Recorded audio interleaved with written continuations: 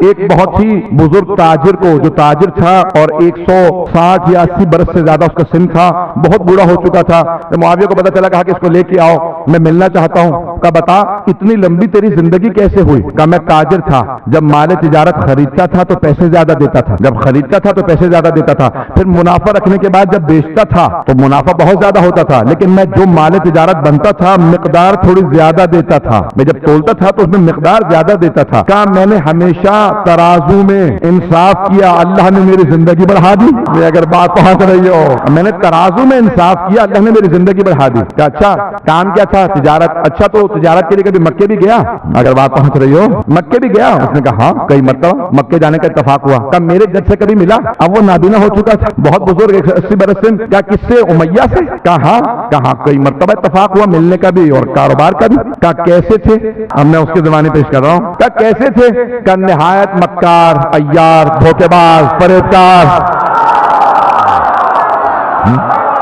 بھائی آپ نے تو بڑے شوق سے سن لیا، اس نے فوراً کہا چپ ہو جا، دربار میرا، میرے جج کی برائیاں۔ کہا اچھا بتا علی کے جج سے کبھی ملا تھا؟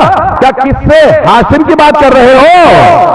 کہا کیسے تھے؟ کہا بہت خوبصورت، بہت خوبصورت، کردار کا پاک، سچا، سخی، سردار، دلیر۔ چپ ہو جا، آپ نہیں سننا چاہتا۔ توجہ ہو، اس نے کہا مجھ سے کچھ مانگ، تو نے غلط تاثر دے دیا بنو امیہ کا۔ کہا مجھ سے کچھ مانگ، میں تجھے عطا کروں گا۔ اس نے کہا تو عطا کرے گا؟ کہا ہاں۔ کہا دیکھ بوڑھا آدمی موت کے بہت قریب ہوتا، تو بس مجھے تو موت ہی نظر آ رہی ہے، مجھے اگر کچھ عطا کرنا چاہتا ہے تو جنت کی ضمانت دے دے اگر بات پہنچ جائے۔ کہا میں بوڑھا ہو چکا ہوں، موت کو دیکھ رہا ہوں، مجھے اگر کچھ عطا کرنا چاہتا ہے تو جنت کی ضمانت عطا کر دے۔ کہا نہیں آخرت میرے پاس نہیں ہے اگر بات پہنچ جائے۔ اب جہاں جہاں ہیں لوگ بیٹھ کے جائیں، ایزان گرامی ایک مرتبہ اس نے کہا کہ اگر چاہے تو مجھے جنت کی ضمانت دے دے۔ کہ جنت میرے پاس نہیں، آخرت میرے پاس نہیں، دنیا مانگ لے۔ کہا دنیا میں پوری گزار چکا ہوں، اور اس دنیا میں جو سب سے اچھی چیز تھی وہ جوانی تھی، ہو سکے تو میری جوانی لوٹا دے۔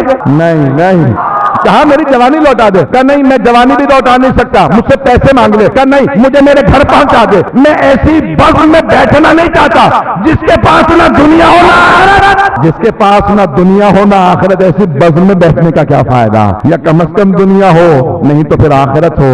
ہم ان کے ماننے والے ہیں جن کے پاس دنیا بھی ہے آخرت بھی ہے۔ اس دنیا میں بھی وہی مشکل کشا ہے اور عقبہ میں بھی وہی شافع محشر ہے۔